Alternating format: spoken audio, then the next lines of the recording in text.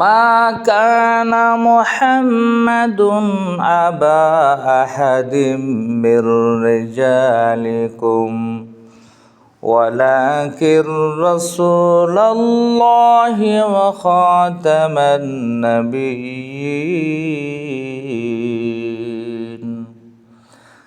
আল্লাহ তাআলা রাসূল পাক সাল্লাল্লাহু আলাইহি ওয়াসাল্লামকে খাতামুন নবীন, সর্বশেষ নবী, সর্বশ্রেষ্ঠ নবী হিসেবে ঘোষণা দিয়েছেন।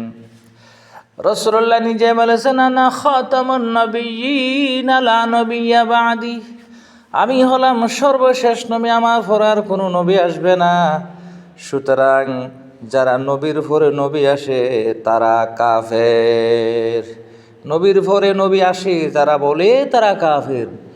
বাংলাদেশের সংবিধানে, বাংলাদেশের সংসদে আইন করা হোক, তৌহিদি জনতার নবী প্রেমিকদের দাবি, ঘন দাবি হোক যে নবীর পরে নবী যদি কেউ দাবি করে সে কাফের, ওই ফেরকা কাফের, তারা বিশ্বাস করে তারাও কাফের।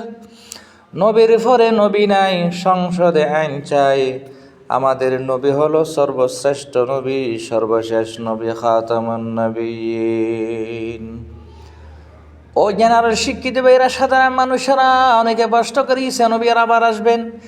ঈসা আলাইহিস সালাতু ওয়াস সালাম নবী হিসেবে আসবে না, তিনি আসবেন উম্মত হিসেবে। তার একটা কাজ, আনুষ্ঠানিকতা বাকি আছে, সেটার জন্য আসবে। দাজ্জালের বিরুদ্ধে খবর রচনা করার জন্য আসবে। শুধু নবী হিসেবে নয়, আমাদের নবীর উম্মত হিসেবে আসবে। সুবহানাল্লাহ। আসুন আগামীকাল শনিবার সরওয়ার্দী উদ্যানে, ঢাকার ময়দানে উলামায়ে কেরাম, শায়খুল হাদিসদের, মুফতি নিজামদের মিলন মেলা হবে। সেই মিলন মেলায় আমরা শরীক হই, ঐক্যবদ্ধভাবে একটা ঘোষণা দিয়ে দাবি আদায় করিনি। রাষ্ট্রীয়ভাবে কাদিয়ানীদেরকে কাফের ঘোষণা করা হোক, রাষ্ট্রীয়ভাবে কাফের ঘোষণা করা হোক। আলাদা একটা ধর্ম নিয়ে তারা বসবাস করবে।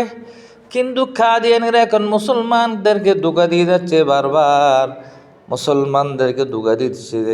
তারা কাদিয়ানীকে নবী মেনে আমাদের নবীর অবমাননা করতে, যেটা সহ্য করা সম্ভব নয়। রক্তকরণ হচ্ছে মুসলমানদের হৃদয়ে। এই জন্য আমাদের স্লোগান হবে, নবীর পরে নবী নাই, সংসদে আইন চাই। যারা সরকার আছে, সামনে যারা আসবে, সকলকে একথা বোঝাতে হবে যে কাদিয়ানী কাফের ঘোষণা